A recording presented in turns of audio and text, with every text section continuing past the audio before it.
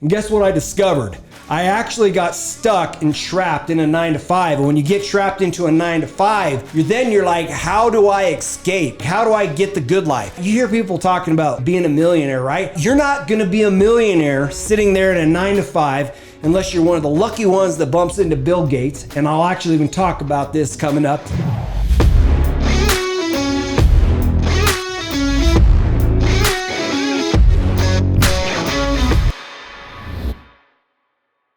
Welcome to another 𝗥𝗴𝗀𝗧𝗨𝗕 Secrets. Today's podcast I call Wealth Force, how to make breakthroughs to escape 9-to-5 jobs and create the good life. So I'm gonna give you some hacks. I'm gonna give you 3 secrets that you can take and use and start deploying immediately. And I'll show you how these 3 secrets come together. They culminate to make the perfect escape so that you can finally get that breakthrough and escape 9-to-5. Like, I got stuck in 9-to-5 for years. Kind of my backstory. I'll show you how I got there, okay? When I first got married, I was up living in a little place called Logan, Utah. I was up in northern Utah where my wife had a full ride scholarships going to school. You know, up until that point, when I got up there, I really didn't care about good grades. I didn't care about getting, trying to make sure that I got A's in every class. But what happened is when I got married and then I got into the marketplace and tried to figure out how to provide for my family, I remember it was just my wife and I. I had a full-time job, a part-time job. My wife had a part-time job, and the collection of 3 jobs, we could barely make it. I remember having to borrow $50 from my dad just so that I could pay my rent on the very first rent that came due. And I remember it was just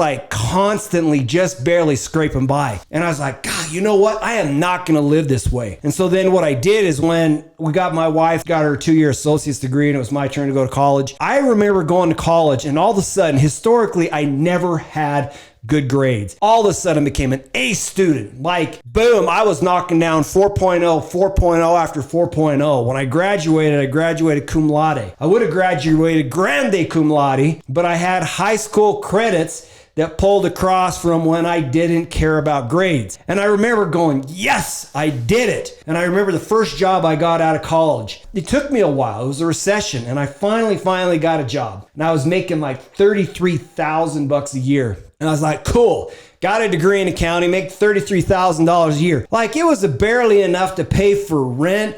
That wasn't the good life. Boy, it was just a little bit above surviving, if you know what I mean. Okay. And so I was stuck renting an apartment. It wasn't enough money to buy a house. It wasn't enough money to really buy cars or stuff that I really liked. And I remember going, God, this isn't quite the good life I was expecting. So then the next job I got, worked at a company called Raytheon Missile Systems in Tucson, Arizona. You know, defense contractor. These guys collectively on the whole get paid pretty dang well. And I remember starting out at about 40, I think it was 42, 44,000 bucks. And I was like, yes, I finally made it. And at $44,000, I was able to buy a 1,500 square foot house. Nothing huge, but dang, it was an improvement from where I was. But here's what happened. When I got into that environment, I had committed and became so dedicated to crushing those good grades so that I could get a good job, so that I could provide for my family, so that we could create the good life. And guess what I discovered? I actually got stuck and trapped in a 9-to-5. And when you get trapped into a 9-to-5, you're like, how do I escape? How do I get the good life? You hear people talking about being a millionaire, right? You're not going to be a millionaire sitting there in a 9-to-5 unless you're one of the lucky ones that bumps into Bill Gates. And I'll actually even talk about this coming up. Proximity to power makes a huge difference in your life. But you've got to be one of these lucky ones that bumps into the Bill Gates or these guys that are about ready to crush it in this life. And then you run the chance as an employee of becoming a millionaire. But here's what it is. There is a small percentage of people that go to get a job that actually discover they're in proximity to power of somebody that's going to help them become incredibly wealthy. And so then the next question is okay, so if I'm stuck in this, how do I get my breakthrough to escape 9-to-5? And my breakthrough really came when I took and I relocated from Tucson, Arizona to Utah. What it meant is the defense contractor was not here present. I had to go figure out how to make it and how to survive. Okay. And this is what I discovered. I literally discovered 3 things that this is a path to breakthrough. When I did my 30-day Rags to Riches transformation or challenge, and I put out a 90-day Rags to Riches transformation challenge, and here's what it is. You got to break it down into 3 things. This is how you escape. First thing, so step number 1 is you got to start selling part-time. Find something that you can sell. It is very difficult trading time for money to ever obtain a breakthrough. If you trade time for money, you will be stuck. It typically is like that. So you trade your time for $50 an hour. You trade your time, even let's just say you're an attorney. You trade your time for say $300 an hour. I was getting to the point where my time that I was investing in my time, I was trading like a time for $1,000 an hour. Okay. That's when I was taking and I was selling solar, helping people. Because I was in sales, I actually went all the way up to $1,000 an hour. I'm like, okay, this is my goal. But here's the deal is every day I would have to go in and I'd think about, how do I get a raise? How do I bump up that income? How do I increase my wealth? How do I increase my prosperity? How do I? So you start asking these questions. How do I do it? On a 9-to-5, you're going to run into a huge brick wall if you go in there and say, hey, today I've decided to increase my income. They typically, on the whole, don't give you the ability to double your income. It's not the way it is in the marketplace. In the marketplace, selling a product, you can discover that you can double and triple and quadruple and 10 times your income by figuring out how to get rewarded in the marketplace. And you do that by discovering how to sell something. And so when I say step number 1 is find something to sell, you just got to put in your mind, free time's opportunity time. Okay. Now I'll give you some clues on stuff that you should consider when you're looking at things to sell. Okay. Some things that are worth considering is there's things that are growing exponentially. There are things in the marketplace that are changing dramatically, that if you were to get involved in it, it would actually have a huge tailwind behind it. Okay, let me give you an example. What do I mean by that? I always think of the analogy, if you're let's just say you're wanting to go downriver, right? You're probably going to go a lot farther downriver if you're swimming with the current, because it's going to carry you rather than swimming against the current upriver, because it's going to be fighting you the whole way. So for example, if you're trying to sell newspaper ads, okay, you're probably swimming up current. Okay. Now, if you're trying to sell, if you're say I'm gonna sell Facebook ads or something like that, okay, it's still in the ad space, but you're going with the current because everything is shifting to online, to digital type content, right? Versus actually sending out newspapers and print anymore. So I'm talking about finding things that have exponential stuff that's changing in the marketplace. So one of the things that I pick, so you already know that I'm in solar. I'll give you an idea. I'll show you why this is where I got my start. Or at least this is what I discovered as I became more and more involved in it, and which has kept me actually in the space. We are undergoing an energy revolution inside the United States. If you go look at historical costs of energy, historical costs, they just continue to trickle up and up and up and up and up and up, okay? What I do know is solar is an energy revolution, which is causing the cost of power to come down, down, down, down, down, down. It's actually cheaper to operate and power your house with solar now than it is to actually buy power from the utility company. The thing is that it is demonetizing the utility company, and solar itself is actually getting better and better and better. We don't have to go too many years into the future, and you'll discuss that the solar that we're selling it at today is actually expensive compared to where it's going in the future. That's what I'm talking about. There is a massive energy revolution taking place in the United States. One of them that you can see taking place is cars, electric cars. There's a massive transformation taken in the way electric cars are going to operate. You look at computers. There's a massive transformation still undergoing in what's happening with computers. If you're in the healthcare field, or if you're an app producer, or if you're a guy that's a tech guy, here's technology, as far as software engineering and things of that nature, that's growing exponentially because computers are compressing the amount of time it takes to solve very complex problems. So you are able to now figure out somebody's DNA. We're starting to figure out how to cure cancer. We're starting to figure out exponential things. Here's your book. Go get a book called Abundance. Go get it's Peter Diamandis. Actually, you could go get a book recently that Tony Robbins just put out. It's called Life Force. Okay, check out Life Force. Just get the audio version of that book. It might be easier for you than just say reading it. But listen to it. Listen to the technologies of transforming massively. Like one of them I can show you an example of is like 3D printers. Like normally when I was in the defense contracting space, the only way to manufacture something is to take a big hunk of steel or metal or whatever it is, and then get a whole bunch of drills going around it, and it's subtractive part creation. We just keep cutting away. The new thing that's coming online is being able to 3D print whatever part it is. So instead of subtraction, it's addition. And it's adding. So in theory, they're already doing it. You can print a circuit card. You can print a house. You can print parts. They're using this now in the space stations where it is very, very expensive to get a bunch of extra spare parts into space. But what if, and this isn't even a what if anymore, but consider this. The question was, what if we could manufacture the parts we need in space by having a 3D printer there? Therefore, if a thing breaks, just upload the digital blueprint of the product, allow the printer to print it out, and boom, you've got parts. You see what I'm saying? It is changing everything. Think about stuff that you want inside your house. You're like, how do I get that? Supply chain constraints in the world. COVID has introduced all kinds of supply chain constraints. But what if the thing that you want, you could actually just say, send me the design. I will go ahead and put it in my 3D printer, print it out, and I will have my part come out. They're printing metal. They're building houses, like legitimately 3D printing an entire house. Those are technologies that are growing exponentially. They have a massive tailwind behind it. Like, you will be more successful just because you get into the right industry with an exponential growth that will help you so that you can be successful in spite of not being the best yet. See what I'm saying? So start selling something part-time. Number 2, attend conferences. Go to these events. Proximity is power. Go get in connection. Like, here's one of the things that Elon Musk did. You know, he did SpaceX. You know, he's done Tesla. You know that he's done different things like that, right? Credibly, he's the richest man in the world now. Okay, guess what he did? He figured out how to get in proximity to people that were astronauts. He figured out how to get in proximity to people that understood physics. He got in proximity to people that knew how to do rockets. And because he got in proximity was power.